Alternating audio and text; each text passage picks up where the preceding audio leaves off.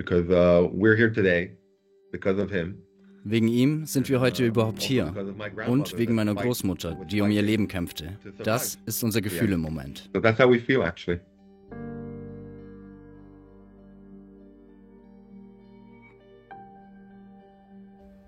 Jaki Buchner und seine Schwester Ella Agur sind die Enkel einer jüdischen Frau, die 1945 zusammen mit 2 anderen Frauen aus dem KZ-Außenlager in Türkheim geflohen ist. Wie insgesamt 30 Nachfahren der Frauen hätten Jaki und Ella nie gelebt, wenn ein Türkheimer Ehepaar nicht den Mut gehabt hätte, sie vor den Nazis zu verstecken.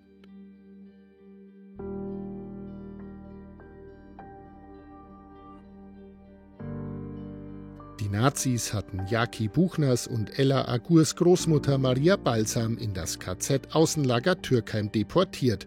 Es war erst in den letzten Kriegsmonaten errichtet worden und gehörte zum Außenlagerkomplex des Konzentrationslagers Dachau. Mehr als 2000 Menschen, hauptsächlich Jüdinnen und Juden, waren hier inhaftiert und sollten unter anderem beim Bau unterirdischer Flugzeugfabriken mitarbeiten. Einige Wochen vor Kriegsende gelang den 3 Frauen die Flucht ins Ungewisse. Maria Balsam schildert in einem Interview aus dem Jahr 1998, wie Wachmänner sie laufen ließen. Ich habe sie angefleht, lasst mich raus. Schaut, ich bin doch noch so jung, ich will leben, lasst mich raus. Und dann höre ich eine Stimme, ich lass dich raus, aber wir werden schießen. Denn vielleicht beobachtet uns jemand und sieht, dass wir jemanden abhauen lassen. Wir schießen aber nicht auf euch. Und ich habe keine Wahl, ich muss ihm einfach glauben. Ich fliehe und renne. Außerhalb des Lagers spricht Maria Balsam Willi Seitz an, gemeinsam mit Mina Silberberg und Rosa Silberfaden, denen ebenfalls die Flucht gelungen war. Die Begegnung vor einem Lagerhaus am Ortsrand von Türkheim sollte zu ihrer Lebensrettung werden. Der Türkheimer Journalist Achim Schregle will die Erinnerung an diese Geschichte wachhalten. Eine Geschichte, zu der er auch eine ganz persönliche Beziehung hat. Also wir stehen jetzt hier im Garten des Hauses meiner Großeltern. Der Bub auf dem Foto bin ich, im Alter von, schätze mal 3, 4 Jahren. Und das Spannende ist, wenn man jetzt darüber schaut, zu diesem Gebäude mit dem etwas abfallenden Dach. Da war früher hier dieses Lagerhaus von der BayWa. Und das ist der Ort, wo der Willi Seitz auf diese 3 Frauen getroffen ist, wo sie ihn angesprochen haben. Das ist einer der Punkte, warum diese Geschichte für mich halt so persönlich ist, weil ich habe hier meine ersten 6 Lebensjahre verbracht und hier an der Bahnlinie, an dem Lagerhaus, das waren ja die Abenteuerspielplätze wirklich für mich als kleiner Bub. Und dass es so einen dunklen Hintergrund hat, das ist schon, also das lässt mich nicht kalt. Als Schüler beginnt Achim Schregle, sich für die 3 jüdischen Frauen und das Ehepaar Seitz zu interessieren. Er schreibt seine Facharbeit über das KZ-Außenlager Türkheim, von dem heute nichts mehr übrig ist. Seitdem hat ihn das Thema nicht mehr losgelassen. Ich wusste, dass es da ein Lager gab, aber ich wusste nichts über das Lager. Und fand das spannend und wollte einfach ein bisschen was rausfinden. Und nach Rücksprache mit meiner Lehrerin habe ich das Thema angegangen und habe herausgefunden, es gab praktisch keinerlei Sekundärliteratur. Es gab ein Buch von einem Journalisten, da stand ein bisschen was drin über Türkheim und die Entstehung, aber Details, nada, da gab es nichts. Eine von Achim Schregles Informationsquellen ist bis heute der Türkheimer Altbürgermeister und Kreisarchivpfleger Silverius Bieler. Die beiden treffen sich am Türkheimer KZ-Friedhof knapp 80 Jahre nach der Befreiung des Lagers. Anfangs 1945 kamen dann weitere 1100 Frauen aus dem KZ Burgau hierher. Die waren aber schon in einem sehr schlechten gesundheitlichen Zustand. Die konnten kaum noch laufen, waren ausgehungert und abgemagert. Die waren dann eben auch hier untergebracht. Insgesamt sagt man, dass etwa bis zu 2500 Häftlinge hier waren. Es ist ja damals dann Typhus-Epidemie ausgebrochen, unter der viele Häftlinge dann gestorben sind. Der bekannteste Häftling, den wir hier hatten, war der Dr. Viktor Frankl, der Psychologe, und der war dann eben auch hier als Arzt tätig in dieser Krankenbaracke. Jeden Tag sind 5 bis 10 gestorben und zum Schluss wussten sie gar nicht mehr, wo man die Leichname überall unterbringen soll. Hier sind sie zum Teil im Wald verscharrt worden. Da sagt man auch, etwa 400 Menschen wurden einfach im Wald verscharrt. Maria Balsam, Mina Silberberg und Rosa Silberfaden überlebten die Epidemie und schafften es, dem Lager zu entkommen. Sie hatten nichts zu verlieren. Wenn man sie erwischt hätte, auch wenn die Verhältnisse im Lager Türkheim vielleicht nicht so schlimm waren wie in anderen Lagern, die SS hätte sie umgebracht. Davon ist auszugehen. Eine Geschichte ist verbürgt. Türkheim ist befreit worden am 27. April 1945. Einen Tag vorher ist in den Kirchheim, das ist 20 Kilometer von hier, ist noch einer aufgehängt worden von der SS, weil er gesagt hat, Gott sei Dank ist der Krieg bald vorbei. In seinem Haus in der Gernerstraße hat das Ehepaar Seitz die 3 Frauen bei sich aufgenommen. Nachts hatte Willi Seitz sie aus einem zwischenzeitlichen Versteck nahe des Lagerhauses zu sich geholt. Mehrere Wochen lang blieben alle 3 Frauen dort, bis die Alliierten kamen und Türkheim von den Nazis befreiten. Wir kamen zu Willis Haus und ich werde es nicht vergessen. Wir saßen in der Küche und Maria, die Frau von Willi, hat zuerst meine Mutter genommen.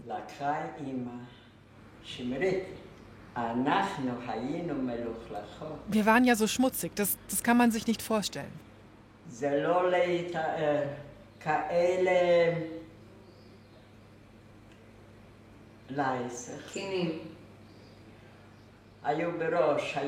Wir hatten Läuse auf dem Kopf, am Körper, überall. Und Maria Seitz hat meine Mutter mit ins Bad genommen, sie gewaschen und sie dann in ihr eigenes Bett gelegt.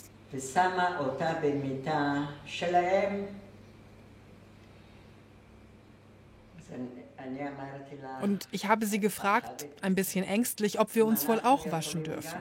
Da sagte sie, natürlich. Wir haben uns gewaschen, dann hat sie unsere Kleider genommen, meine, die von meiner Mutter, und hat sie weggeschmissen und verbrannt und uns andere Kleidung gegeben. Wer waren Willi und Maria Seitz, damals beide Mitte, Ende 30, die wie nicht viele den Mut hatten, der Gewaltherrschaft der Nazis etwas entgegenzusetzen? Direkte Nachfahren gibt es nicht mehr, nicht einmal ein Hochzeitsfoto ist erhalten. In Israel haben sie für ihren Mut die Auszeichnung als Gerechte unter den Völkern erhalten, die höchste Auszeichnung des Staates Israel. Achim Schregle geht mit 2 Weggefährten des Ehepaars zu seinem früheren Haus. Josef Meyer lernte den Maurermeister Willi Seitz als sein Lehrling kennen. Peter Müller war der Nachbarssohn. Wo hast du da gewohnt eigentlich? Da war der Eingang. Das war der Eingang da von dir? Das bin ich auch. Sehr nette Leute, umgängliche Leute, ein bisschen kritisch gegenüber Flüchtlingen, komischerweise. Das passt jetzt irgendwie nicht so dazu, ja. Aber es hat sich dann schon ergeben, man hat sich dann immer besser kennengelernt. Er ist immer ein bisschen eigens gesessen, das muss ich sagen. Er hat immer so ein bisschen Abstand zu anderen gehabt, ja.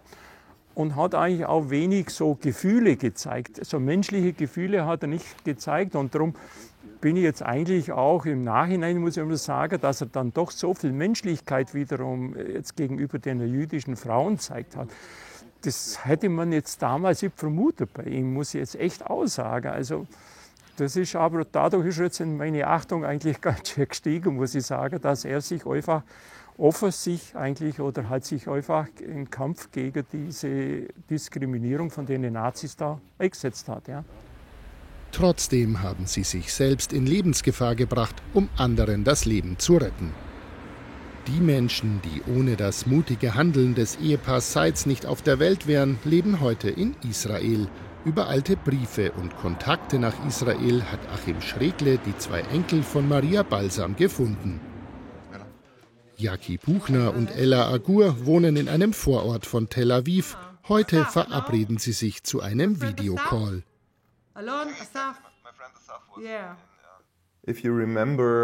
Wenn ihr euch zurückerinnert, als ihr erfahren habt, dass ich nach euch suche, was ist euch da als erstes in den Sinn gekommen? Um ehrlich zu sein, mein erster Gedanke war, ich wünschte, meine Mutter aus der Holocaust-Nachfolgegeneration könnte das alles noch miterleben. Ja, das war das Erste, woran ich gedacht habe. Sie wäre sehr, sehr glücklich. Lasst uns mal über eure Großmutter sprechen. Was für eine Frau war sie denn? Sie war der liebevollste Mensch, den man sich vorstellen kann. Sie war wie eine zweite Mutter für uns, gar nicht wie eine Oma.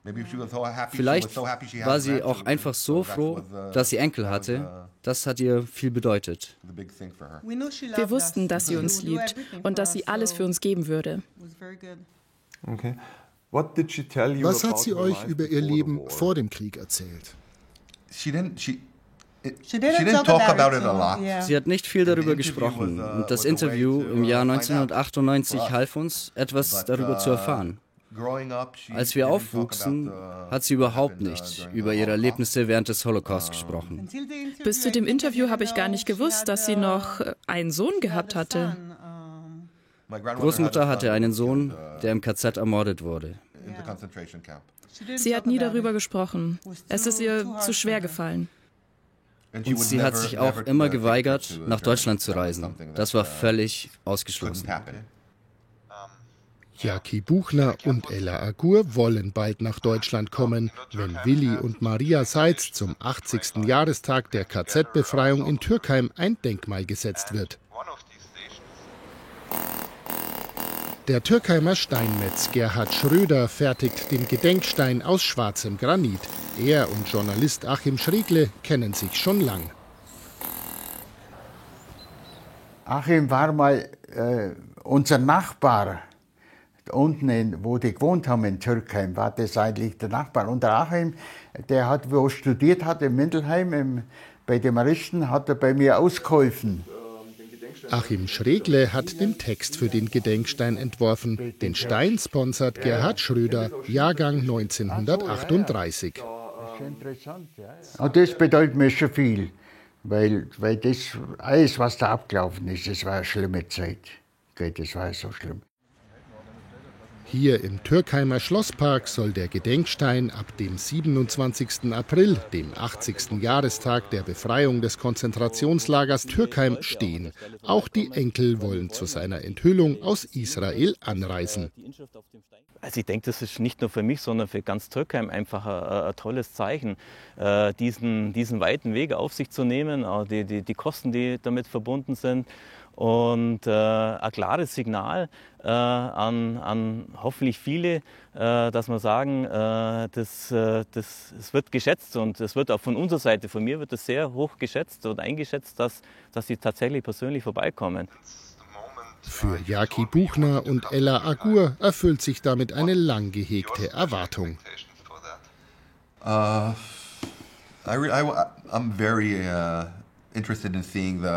Ich möchte auf jeden Fall das Haus sehen. Das interessiert mich sehr. Auch um zu verstehen, wo genau sie sich versteckt hat. Und auf die Feier bin ich gespannt. Und das Lager will ich sehen. Das Lager, aus dem sie entkommen ist. Das Lager existiert nicht mehr. In Türkheim wird aber künftig dieser Gedenkstein an Willi und Maria Seitz erinnern und an die Menschen, die ihnen ihr Leben zu verdanken haben.